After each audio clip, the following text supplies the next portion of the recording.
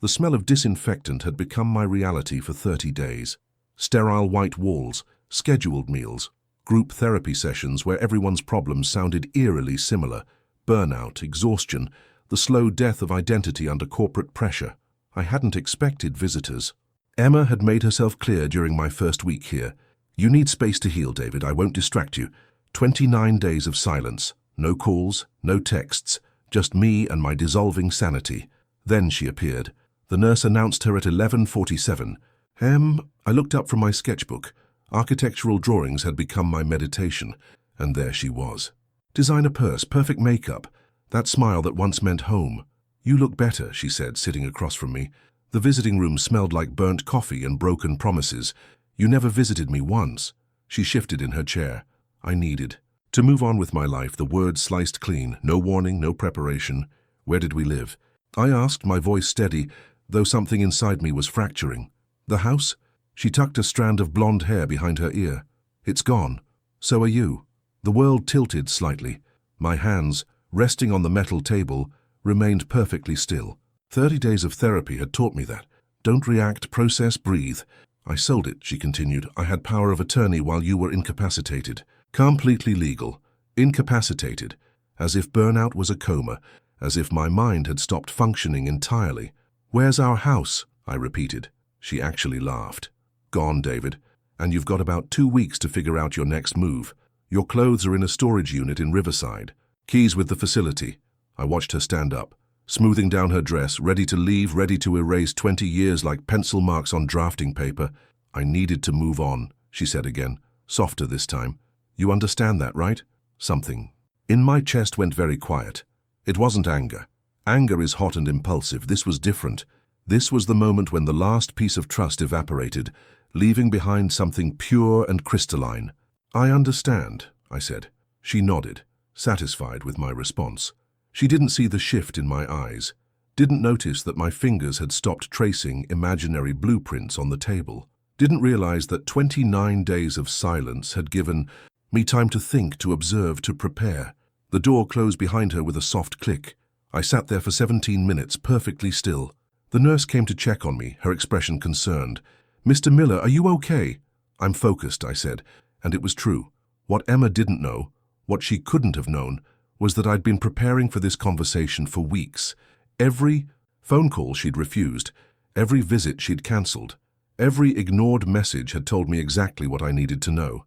The house she'd sold wasn't just our home, it was my life's work, an architectural masterpiece I'd designed and built myself, watching every nail get hammered, every wire get pulled, every tile get laid. The first house where I'd implemented my patent-pending sustainable energy system.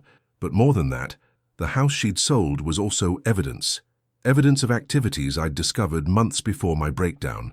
Activities involving offshore accounts. Activities involving her late-night meetings with a certain real estate investor named Marcus Chen. Activities that had driven my stress levels to the point where my body simply shut down. I'd been gathering proof even as my mental health deteriorated. Recording devices, financial records, email logs, everything hidden in places she'd never think to look, including a safety deposit box she didn't know existed. As I walked back to my room, past patients dealing with their own demons, one thought crystallized in my mind. This wasn't about revenge. This was about justice. And unlike Emma, I'd learned the value of patience. I made my first phone call that evening. Not to a lawyer, not to a friend, to the FBI's Financial Crimes Division. The game was about to change, but she didn't know the rules yet. Looking back, I should have noticed earlier. But when you're drowning in 16-hour workdays, designing hospitals and corporate headquarters, small details blur into background noise. We'd met at an architecture expo 19 years ago. Emma worked in marketing for a firm showcasing sustainable building materials.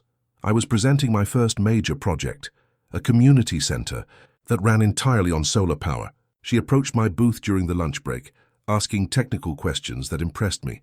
Most people wanted to know about costs. She wanted to know about impact. First date, coffee that turned into dinner. Second date, she brought homemade blueprints of her dream house. Third date, I was already sketching modifications. We married 2 years later in that community center I'd built. For 15 years it worked. We built the house together, literally. I designed every angle. She managed every aesthetic choice. We'd work until midnight covered in sawdust, debating the perfect placement for natural light. Those were the years when coming home felt like returning to a masterpiece we'd created together. The deterioration started small. Year 16, she stopped asking about my projects. That's your world, David. I have my own interests now.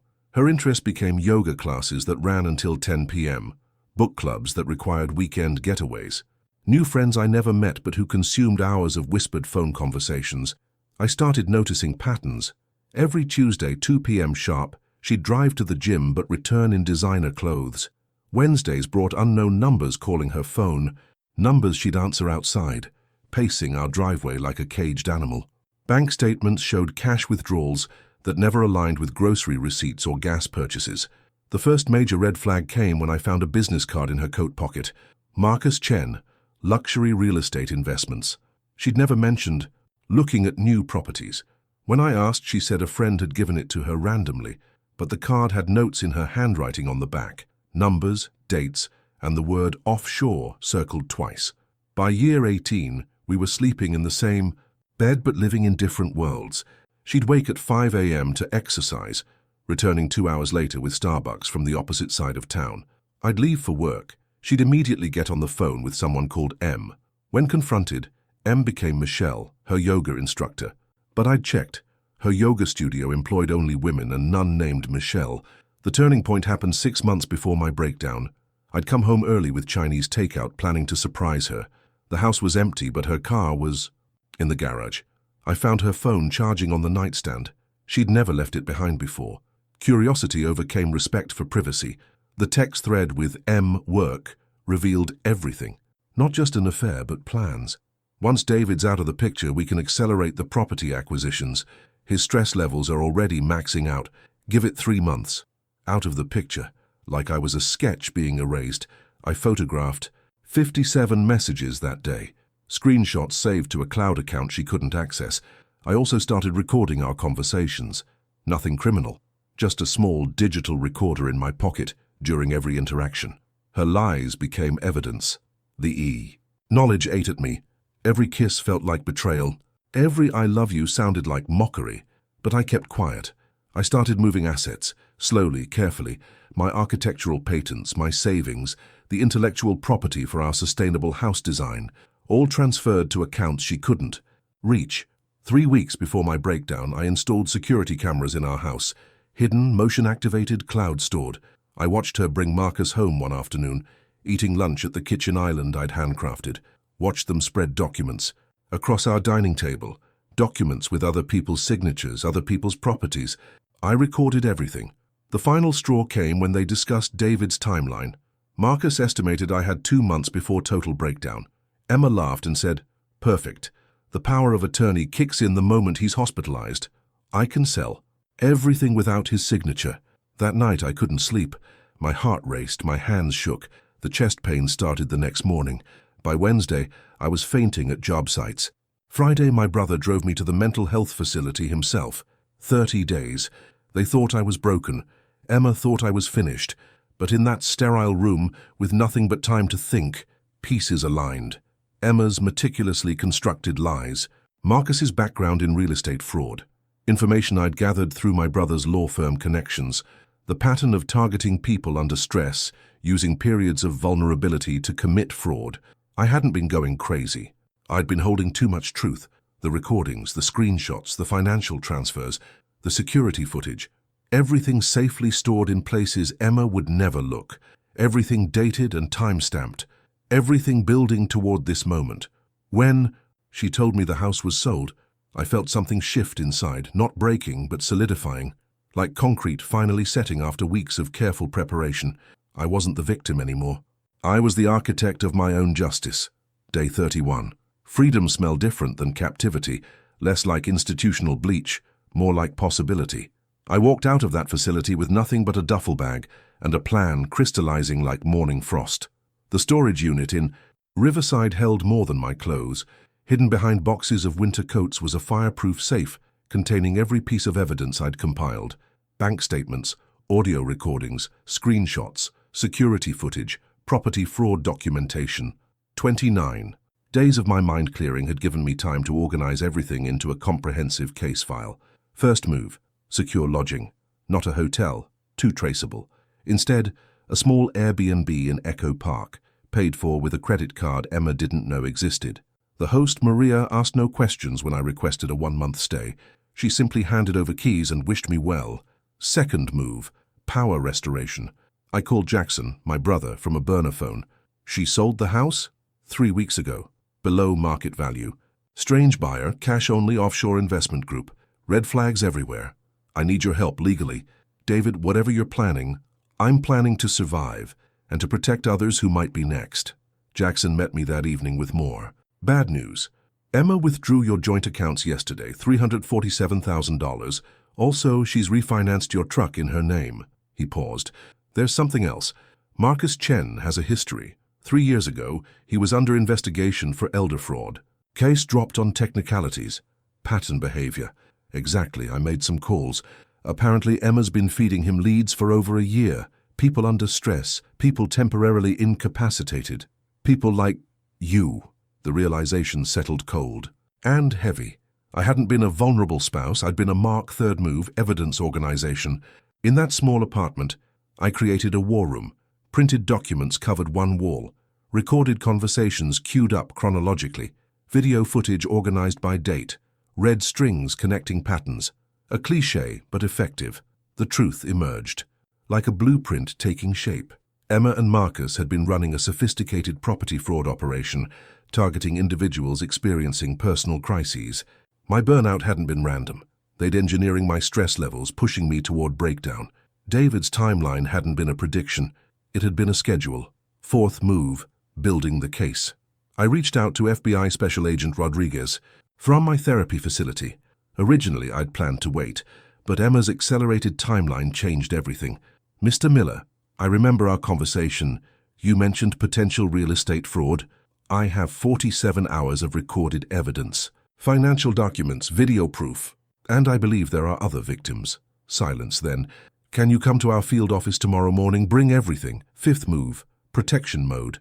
I withdrew cash from my hidden accounts, bought a new phone, set up secure email forwarding. Every piece of technology in my life got upgraded with privacy-focused apps and encrypted communications. Maria, the Airbnb host, found me working late one night. You're in trouble? She asked gently. I'm getting out of trouble, I corrected. The woman who called looking for you yesterday. She sounded angry.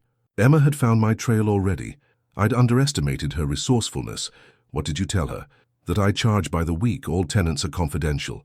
Maria smiled. My ex-husband taught me about dangerous spouses. You're safe here. Sixth, move counter-surveillance. My architectural training included security systems design. Over 3 nights, I installed motion sensors around the apartment building, forwarding alerts to my secure phone. Paranoid, perhaps, but justified. Emma's texts to Marcus revealed they'd hired a private investigator. Day 35 brought an unexpected visitor. FBI agent Rodriguez arrived at my door with a simple message. We need to accelerate the investigation. Emma Chen has applied for expedited citizenship through marriage to Marcus. They're planning to liquidate all assets and leave the country next Friday. Chen. Marcus Chen. Not her maiden name, her married name. They're married, I said, more to myself than Rodriguez. 2 months ago, Las Vegas, we confirmed it yesterday. The ground shifted beneath me. Not just fraud, bigamy, Rodriguez continued. We've started surveillance on both subjects, but we need more evidence for airtight arrests. Wire fraud, identity, theft, marriage fraud. It's a big case, Mr. Miller. What do you need?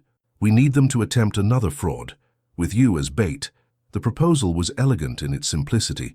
I would reach out to Emma, claiming I wanted to discuss reconciliation, meet in a public place, let them attempt to extract information about other assets or properties they could target.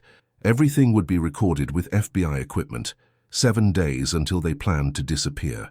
7 days to prevent them from destroying other lives the way they'd destroyed mine. I agreed immediately.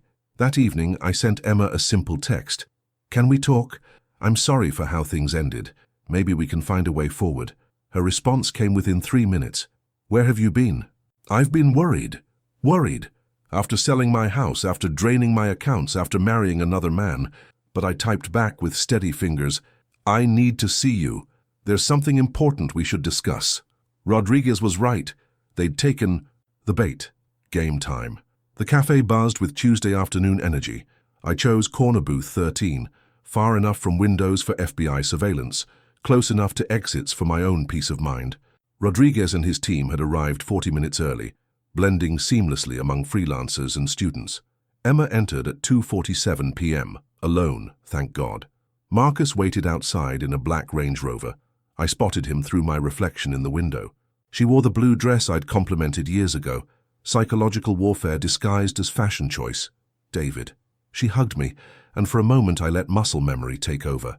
Familiar perfume, the same height, differential. 20 years of intimacy compressed into 3 seconds of deception. Thanks for meeting me, I said, gesturing to the recording device hidden in my shirt pocket. FBI-issued, military-grade, completely undetectable. I've been trying to find you. Her hand found mine across the table. After the house sold, I realized we needed to talk properly about the house. Emma, that was our dream. My designs. Our savings. I know. She squeezed my hand. That's why I needed to move quickly. I secured a great price. Offshore buyers pay premium for architecture like yours. The words caught fire in my chest.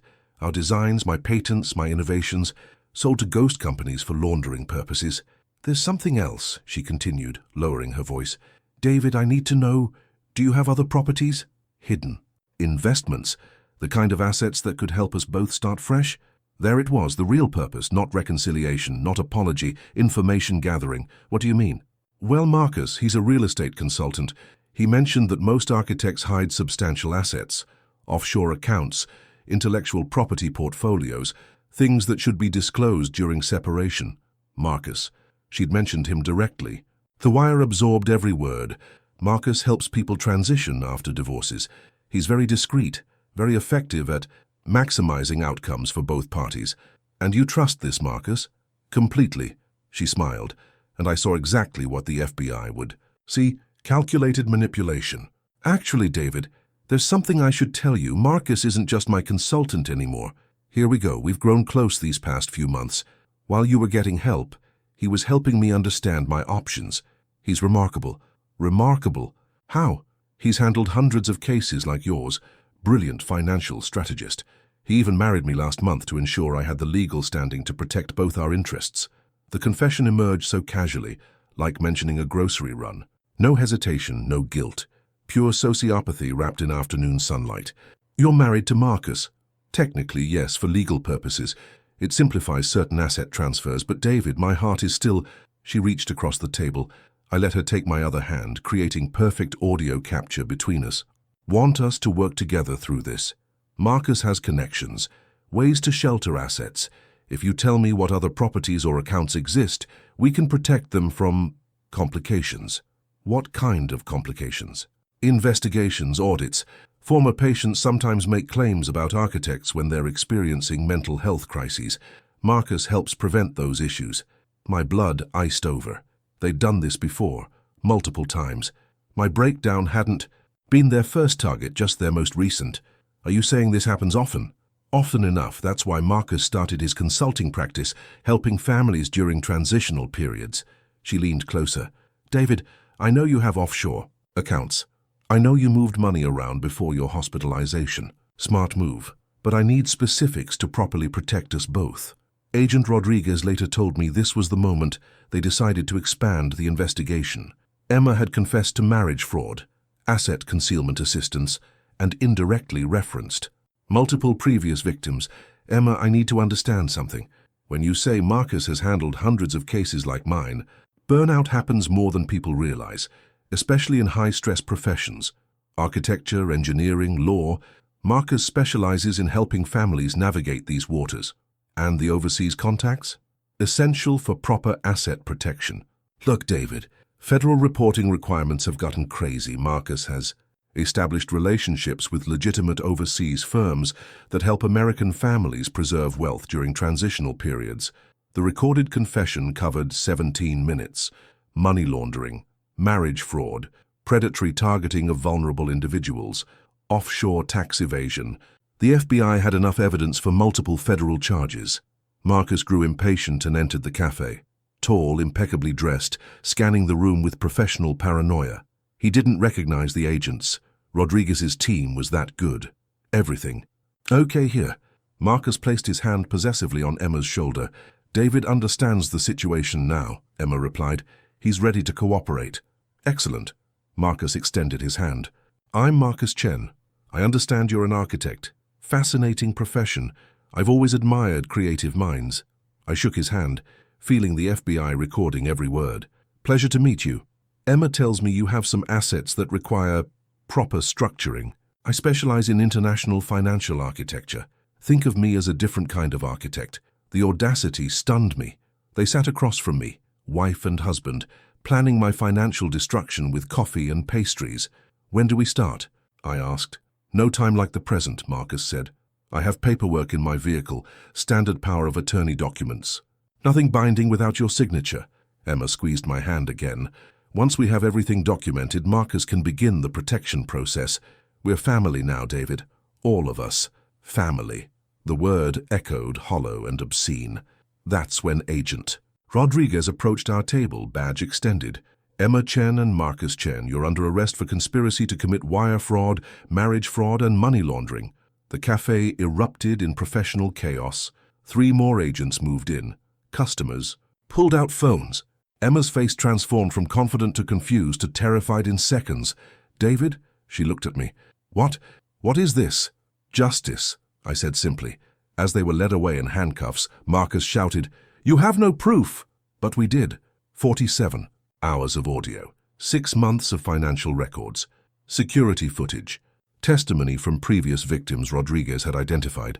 The architect had built his case brick by methodical brick, and unlike their fraudulent schemes, my foundation was solid. 48 days after Emma's last visit to that sterile facility, I'm standing on the dock of a house I don't yet own. Puget Sound stretches before me, grey water meeting greyer sky, but somehow it feels more honest than the painted perfection of our old life. The trial ended 3 weeks ago. Emma got 7 years. Marcus got 12. The house, my architectural masterpiece, and was returned through legal restitution, but I sold it immediately. Too many ghosts in those perfectly aligned walls. The buyers were the Morrison family, whose grandmother had nearly lost her house to Emma and Marcus's earlier schemes. When I quoted them half market value, Mrs. Morrison cried right there in my lawyer's office. Our Hannah loved that neighborhood, she'd whispered. Now she can grow up there. The waterfront property I'm buying came from the proceeds.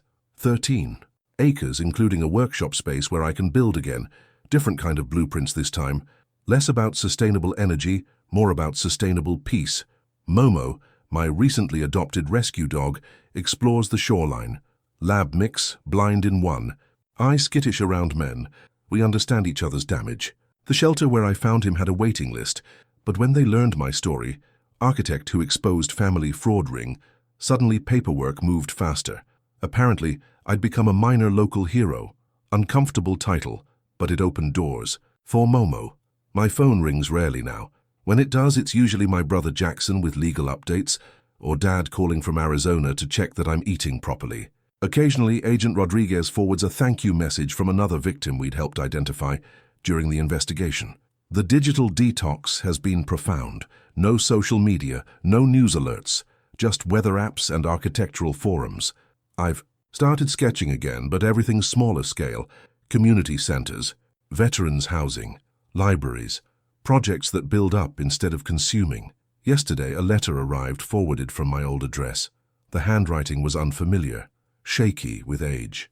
Mr. Miller, you don't know me, but you saved my grandson's inheritance. Emma and Marcus convinced him to transfer power of attorney after his accident. Your testimony helped us prove the documents were forged. He's disabled, but independent now. Thank you for speaking up. Eleanor Vasquez. Eleanor's letter sits on my new kitchen counter, anchored by a smooth stone Momo brought inside. These small weights accumulate differently than the crushing pressure of secrets. They ground rather than bury. The town here is small enough that anonymity exists, large enough that no one expects explanations for scarred city refugees seeking quieter lives. The hardware store owner, Pete, calls me the architect with respect but no curiosity. The coffee shop barista, Sarah, learned my order quickly and never asks why I was alone through holiday seasons. Sundays have become my meditation day. I wake before dawn, make coffee strong enough to stand a spoon in, and sit on this dock until the sun climbs high enough to cast proper shadows. Then, Momo and I walk the shoreline, hunting for sea glass and driftwood, suitable for craft projects. I've started teaching at the senior center. The nightmares stopped somewhere around week 3 here. They've been replaced by architectural dreams, not grand visions anymore, but practical ones. A playground for the local elementary school, accessible bathrooms for the Veterans Community Center, small improvements that matter to real people. Living real lives, Emma writes sometimes. Prison mail returned unopened. My healing doesn't require understanding her motivations or accepting her apologies. Some doors close permanently, and that's architectural soundness, not vengeance. I've started dating again in the quietest possible sense. Her name is Claire. She teaches 3rd grade, and she thinks I'm a burnt-out architect taking a sabbatical. Not technically a lie. We have coffee, share stories about our dogs, and keep each other company without demanding explanations for previous chapters. In quiet moments, I still design houses in my mind, but they're simpler now.